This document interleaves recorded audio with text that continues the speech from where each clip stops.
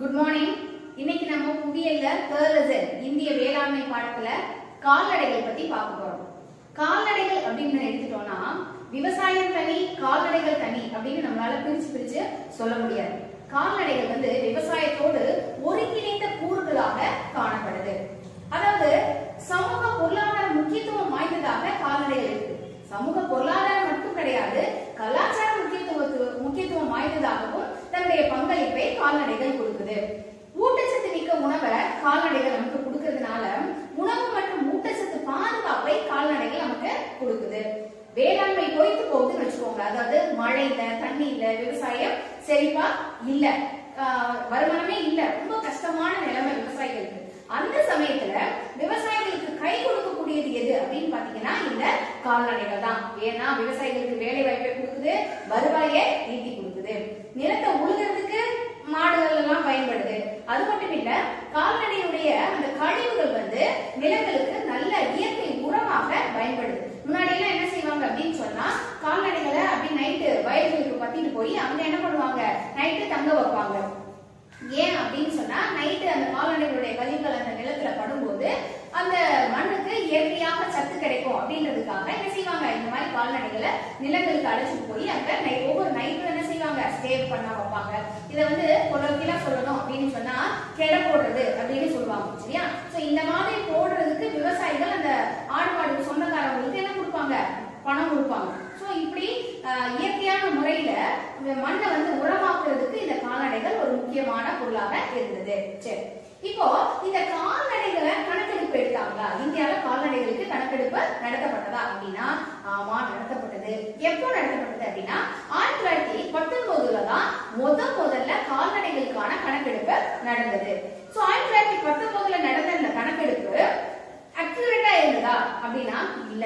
ஏன் அப்படின்னா மிக குறைந்த அளவுல பால் பண்ணைகளுக்கு வரக்கூடிய அந்த கால்நடைகளை மட்டும்தான் என்ன செஞ்சாங்க, கணக்கெடுப்பு நடத்தினாங்க.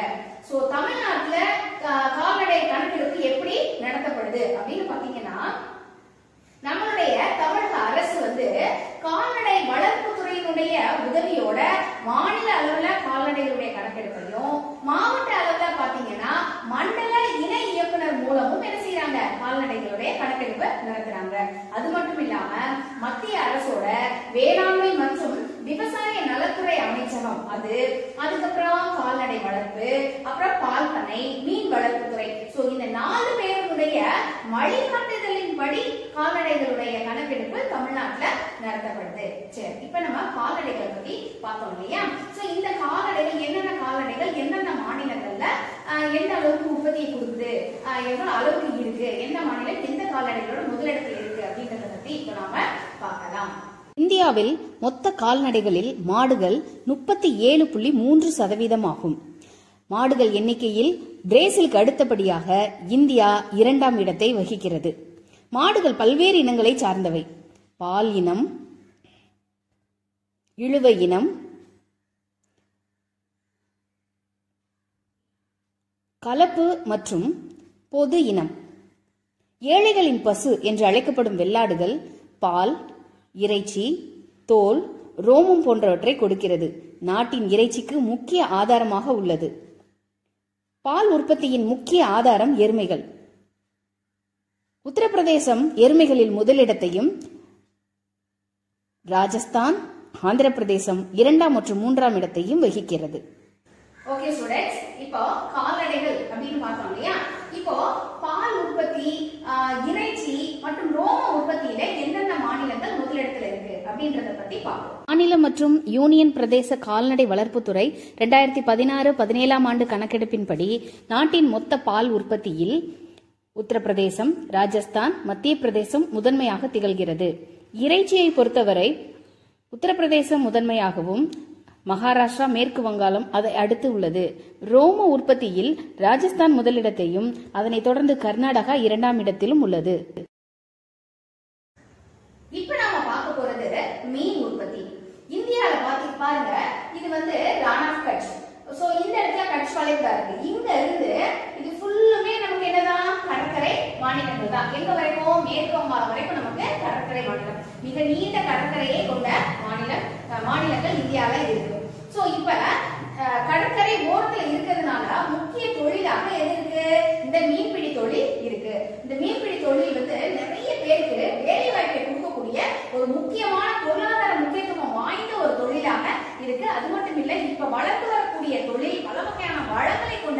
தொழிலாகவும் எது இருக்கு, இந்த மீன்பிடி தொழில் இருக்கு. இந்தியாவில் பாத்தீங்கன்னா 14 மில்லியன் மக்களுக்கு மேற்பட்டவங்களுக்கு வேலை வாய்ப்பை எந்த தொழில் கொடுக்குது, இந்த மீன்பிடி தொழில் கொடுக்குது.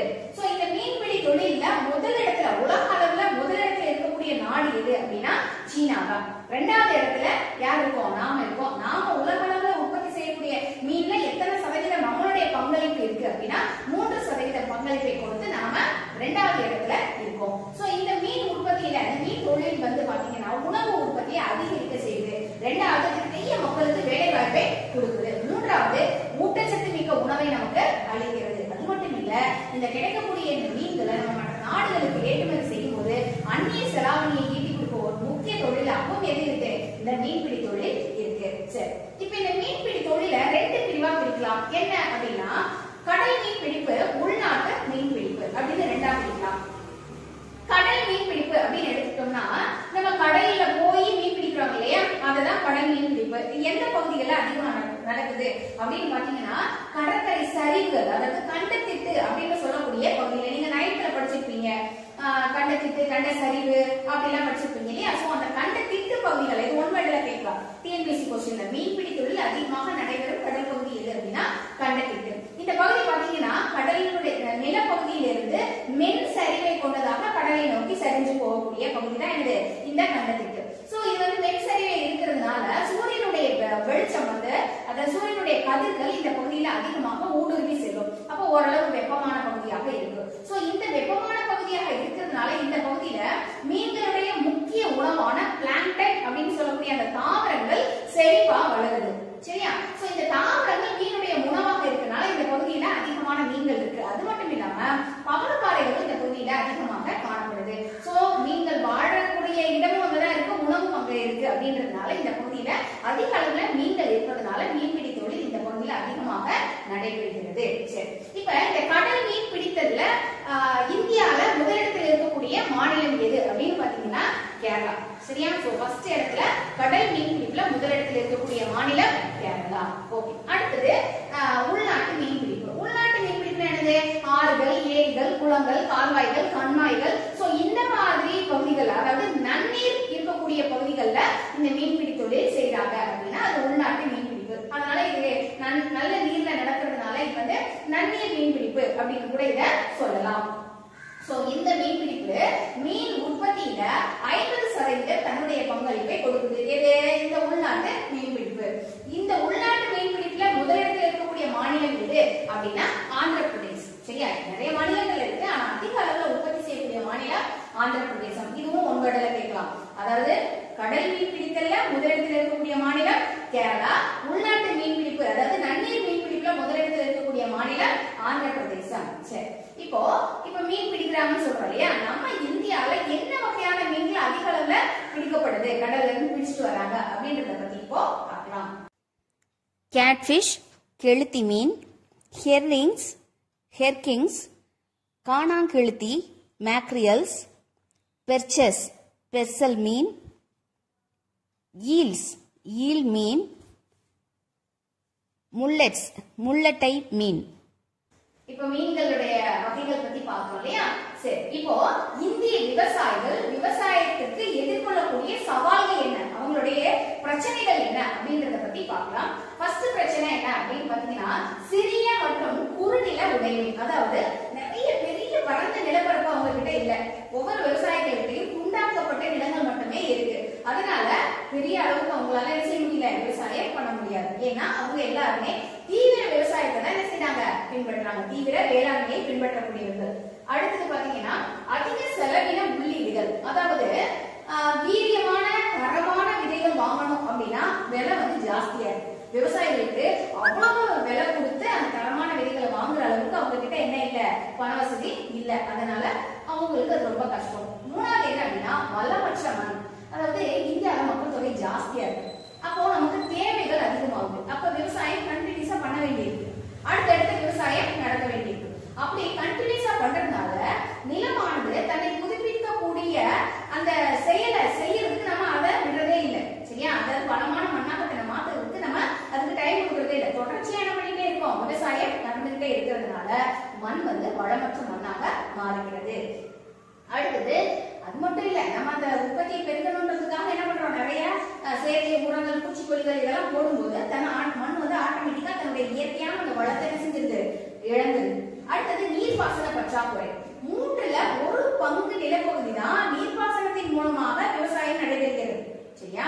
அப்போ மீதி இருக்கக்கூடிய பகுதிகள் அப்படின்னு பாத்தீங்கன்னா ஆற்று பகுதிகள் அந்த மாதிரி இதெல்லாம் 1/3 மீதி எல்லாமே மலையை நம்பி இருக்கக்கூடிய பகுதிகளாக இருக்கு. சோ அதனால கஷ்டமான ஒரு சூழல்.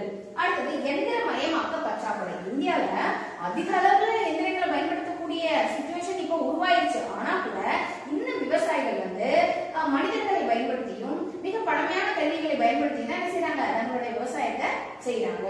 அடுத்தது மண் அரிப்பு. காற்று நீர் மூலமாக இப்போ அதிகமா என்ன செய்யப்படுகிறது, மண்ணானது அரிக்கப்படுது. அதுக்கு முக்கிய காரணம் வந்து நம்ம அதிக அளவுல காடுகளை என்ன பண்ணிட்டோம், அழிச்சிட்டோம். சோ அதனாலயும் இந்த பாதிப்பு ஏற்படுது.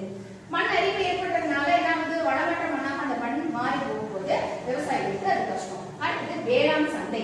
இப்ப நான் ஒரு விவசாயி, நான் என்னுடைய நிலத்துல ஒரு பொருளை உற்பத்தி பண்ணிருக்கேன் அப்படின்னு சொன்னா நான் சந்தையில கொண்டு போய் விற்கணும். சந்தை பக்கத்துல இல்ல, தூரமா இருக்கு. அப்ப நான் என்ன பண்றேன் அப்படின்னா இன்னொரு விவசாயி கிட்டையோ அல்லது ஏதாவது ஒரு இடைத்தரகர்கிட்டயோ நான் என்னுடைய விவசாய பொருட்களை என்ன செஞ்சுறேன், கொடுக்குறேன் அப்படின்னா அந்த கடைக்கு வந்து வாங்கிட்டு போறவர் நல்ல என்னோட லாபத்துக்கு அவர் கொடுக்க மாட்டார். சரியா? எடுக்க மாட்டார். அவர் என்ன பண்றாரு அப்படின்னா மிக குறைந்த விலையில என்கிட்ட பொருளை வாங்கிட்டு போறாரு.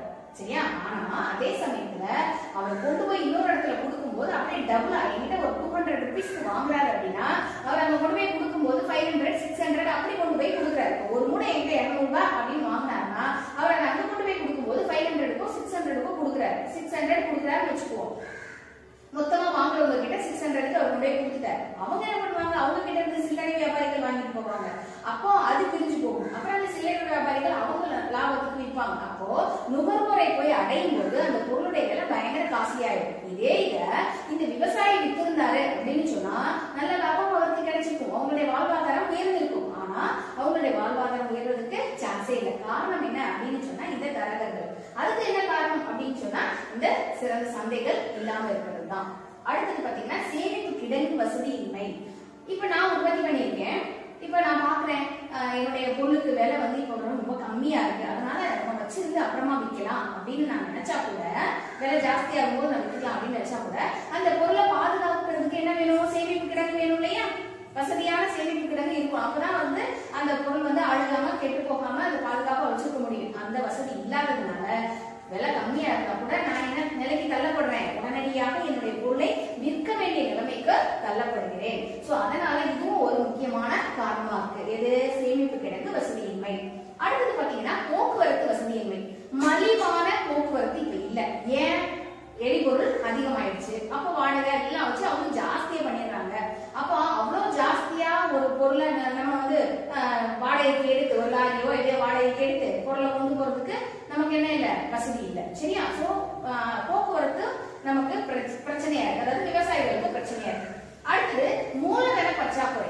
விவசாயம் அப்படின்னு எடுத்துட்டோம்னாலே ஆரம்பத்துல இருந்து கடைசி வரைக்கும் பணத்தை முழுங்கிட்டே இருக்கக்கூடிய ஒரு தொழில் தான் இது விவசாயம். ஏன்னா நிலத்தை உழுகிறதுல இருந்து, பயிர் நடுறதுல இருந்து, களை எடுக்கிறதுல இருந்து, பூச்சி மருந்து அடிக்கிறது, உரம் போடுறது, இப்படின்னு நிறைய செயல்கள் அதுல இருக்கு. அது எல்லாத்துக்குமே பணம் என்ன ஆயிட்டே இருக்கும், செலவாயிட்டே இருக்கும். தொழிலாளர்கள் அப்படின்னு சொல்லிட்டு செலவாயிட்டே இருக்கும். சோ அந்த அளவுக்கு மூலதனம் போட்டு பயிர் செய்யற விவசாயம் செய்யற அளவுக்கு விவசாயிகள் கிட்ட இந்த அளவு இப்ப என்ன இல்ல, பற்றாக்குறை இருக்கு. மூலதனம் அவங்க கிட்ட இல்ல. அதனால ரொம்ப கஷ்டமான ஒரு செயலாக எது இருக்கு, விவசாயம் இருக்கு.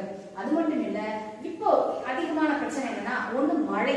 மழை என்ன வந்து ஒண்ணு அதிகமா பெஞ்சு, அதுவும் முக்கியமா அந்த கடற்கரை ஓரங்கள்ல, கிழக்கு கடற்கரை ஓரங்கள்ல வடகிழக்கு பருவக்காற்று வீசும்போது என்ன ஆகுது, புயல் வந்து இந்த பகுதியில் இருக்கக்கூடிய விவசாய நிலங்களை அழிச்சு போட்டு போயிருக்கு. சோ மழை ஒரு காரணம். எரிபொருள் அதிகமா இருக்கிறது. வனவிலங்குகள் ஒரு முக்கியமான காரணம். சரியா? அது வந்து அழிச்சு போட்டு போயிருக்கு. இந்த மாதிரி நிறைய பிரச்சனைகளை யார் எதிர்கொள்ள வேண்டி இருக்கு, விவசாயிகள் எதிர்கொள்ள வேண்டி இருக்கு. சோ நாம வந்து விவசாயிகளுக்கு எந்த அளவுக்கு நம்மளால முடிஞ்சதை செய்ய முடியுமோ அதை நம்ம என்ன செய்யணும். நீங்க பிற்காலத்தில் பெரிய ஆபீசர்ஸா, விவசாய ஆபீசர்ஸாவோ இல்ல அரசியல்வாதிகளாவோ வந்தீங்க அப்படின்னு சொன்னா விவசாயிகளுக்கு நன்மை அளிக்கக்கூடிய இந்த பிரச்சனைகளை சமாளிக்கக்கூடிய திட்டங்களை நீங்க என்ன செய்யணும், கொண்டு வந்து அவங்கள பாதுகாக்கணும். ஏன்னா விவசாயிகள் தான் நாட்டினுடைய முதுகெலும்புங்க. அவங்க இல்ல அப்படின்னு சொன்னா நாம இல்ல. சரியா?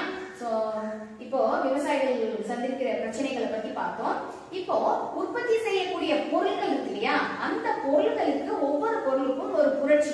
சரியா சொல்லியிருக்காங்க. அது என்னென்ன புரட்சி அப்படின்றத பத்தி இப்போ பார்க்கலாம்.